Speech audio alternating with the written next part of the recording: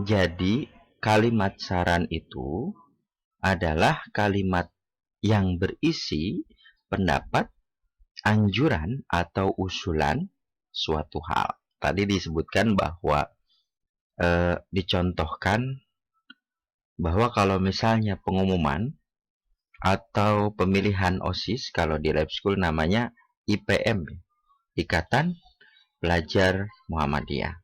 Nah, itu kira-kira.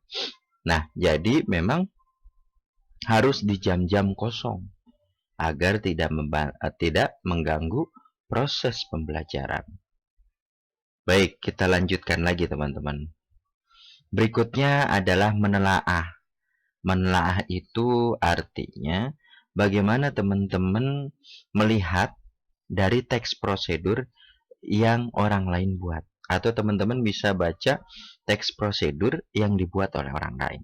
Pertama, judulnya. Judulnya tentang apa? Misalnya penyajian mie instan. Nah, itu kira-kira berarti itu judulnya. Kemudian penelaah pengantar, artinya kata-kata awalannya seperti apa. Misalnya, mie instan adalah sejenis makanan yang terbuat dari terigu, dikemas secara semenarik mungkin dan sebagainya. Itu yang disebut dengan pengantar. Nah, tujuannya apa? Tujuannya agar pembaca paham dan dapat membuat sebuah mie instan. Nah, itu kira-kira. Jadi tujuannya diinikan. Kemudian penelaah kelengkapan bahan atau alat. Nah, bahan-bahannya kira-kira lengkap nggak? Ada nggak? Alatnya apa saja? Nah, itu kira-kira teman-teman. Terus kemudian berikutnya ada penelaah ketepatan urutan langkah-langkah. Artinya dilihat teks prosedur yang dibuat oleh orang lain kira-kira sudah pas belum langkah-langkahnya. Sudah sesuai belum langkah-langkah membuat mie instan misalnya. Kemudian yang berikutnya, nah, teks prosedur yang orang lain buat, apakah kalimatnya sudah baik, ejaannya sudah baik, tanda bacanya, titik koma dan sebagainya apakah sudah baik atau belum? Nah, itu kira-kira mengenai menelaah struktur teks prosedur, ada di halaman 50. Ingat ya, sambil menyimak video ini, teman-teman sambil membuka halamannya. Baik, kita lanjutkan lagi. Nah, sekarang bagaimana caranya membuat atau menyusun teks prosedur? Diperhatikan halaman 54. Diperhatikan teman-teman. Nah, pertama memilih topik untuk teks prosedur. Artinya apa? Teman-teman harus tahu pokok pembahasannya apa, yang akan dibahas apa. Nah, kemudian menulis pengantar dan penjelasan tujuan. Artinya teman-teman harus menuliskan pengantar. Tadi misalnya teman-teman ingin membuat sebuah mie instan. Topik pembahasannya makanan. Terus kemudian pengantarnya mie instan adalah dan sebagainya. Nah, itu kira-kira teman-teman ya. Jadi harus ada kata pengantar lah. Kemudian penjelasan tujuannya seperti apa. Nah, kemudian berikutnya menulis bahan-bahan. Bahan-bahannya apa saja? 1, misalnya mie instan. 2, bawang putih. Kemudian 3, bawang merah, garam, dan sebagainya. Misal. Nah, itu berarti bahan-bahan. Kemudian yang terakhir adalah menuliskan urutan. Artinya tahapannya pertama apa sih? Misalnya didihkan air di atas kompor sebanyak 250 mililiter nanti kira-kira. Jadi memang harus dididihkan sekian. Kemudian tunggu air sampai mendidih. Kemudian masukkan. Nah, itu kira-kira artinya langkah-langkahnya dijelaskan. Paham ya, teman-teman? Baik, berikutnya. Selain itu, nah, kita masuk ke pembahasan. Nah, jadi saya ulangi sebentar. Yang tadi menyusun topik pertama, teman-teman cara menyusunnya itu adalah yang pertama adalah teman-teman membuat topik. Yang kedua, menulis pengantar dan tujuan. Yang ketiga, menulis bahan-bahan. Yang keempat, langkah-langkah atau tahapan-tahapannya seperti apa. Paham ya, teman-teman? Baik, kita lanjutkan ke kebahasaan. halaman 57. Coba tolong dibuka halaman 57. Kata penghubung. Kata penghubung disebut juga konjungsi. Jadi konjungsi itu apa? Kata penghubung atau kata sambung. Nah, itu ya. Jadi ada kata hubung, nama lainnya konjungsi, atau nama lainnya adalah kata sambung.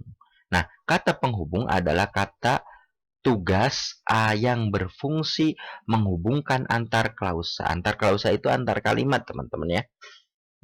Antar kalimat dan antar paragraf. Jadi artinya menghubungkan kata dengan kata, kalimat dengan kalimat. Itu ya, itu yang disebut dengan konjungsi atau kata hubung atau kata sambung. Apa saja sih kata hubung kata sambung itu? Nah, kata hubung kata sambung itu biasanya teman-teman gini. Kata hubung itu biasanya ada dan. Nah, itu kata sambung atau itu kata sambung. Sebab itu kata sambung. Tetapi karena, nah itu kata sambung. Contoh dalam kalimat misalnya ya.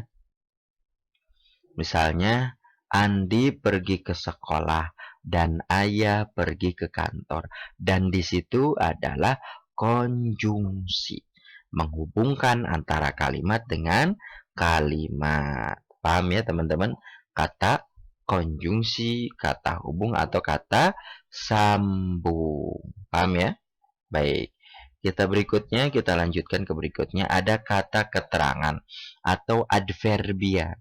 Kata keterangan di sini yang berfungsi untuk memberikan atau menambahkan keterangan kepada orang lain. Seperti kata kerja, kata sifat, dan sebagainya. Nah, teman-teman bisa dibuka halaman 57 tentang adverbia. Adverbia itu kata keterangan. Gitu. Contohnya tadi kata sifat dia baik. Nah, itu berarti keterangan bahwa dia baik. Misalnya gini. Andi adalah anak yang baik hati. Nah, itu berarti baik hati tersebut itu adalah sifat dari Andi. Itu yang disebut dengan kata keterangan. Paham ya? Baik. Kita lanjutkan. Adverbia apa? Kata keterangan. Baik, berikutnya.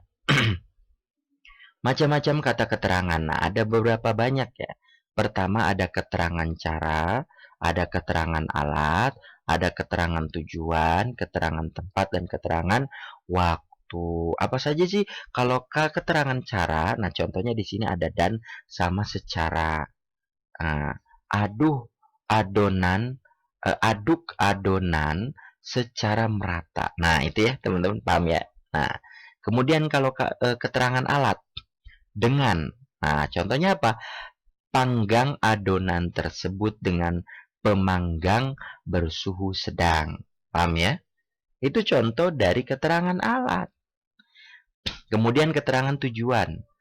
Contohnya untuk. Nah, di sini katanya kata keterangannya itu bisa untuk, supaya, dan agar. Contohnya gorengan dengan api atau goreng dengan api kecil agar tidak gosong. Nah, paham ya? Baik, berikutnya keterangan tempat. Contoh di, ke, dan dari. Gitu kan ya.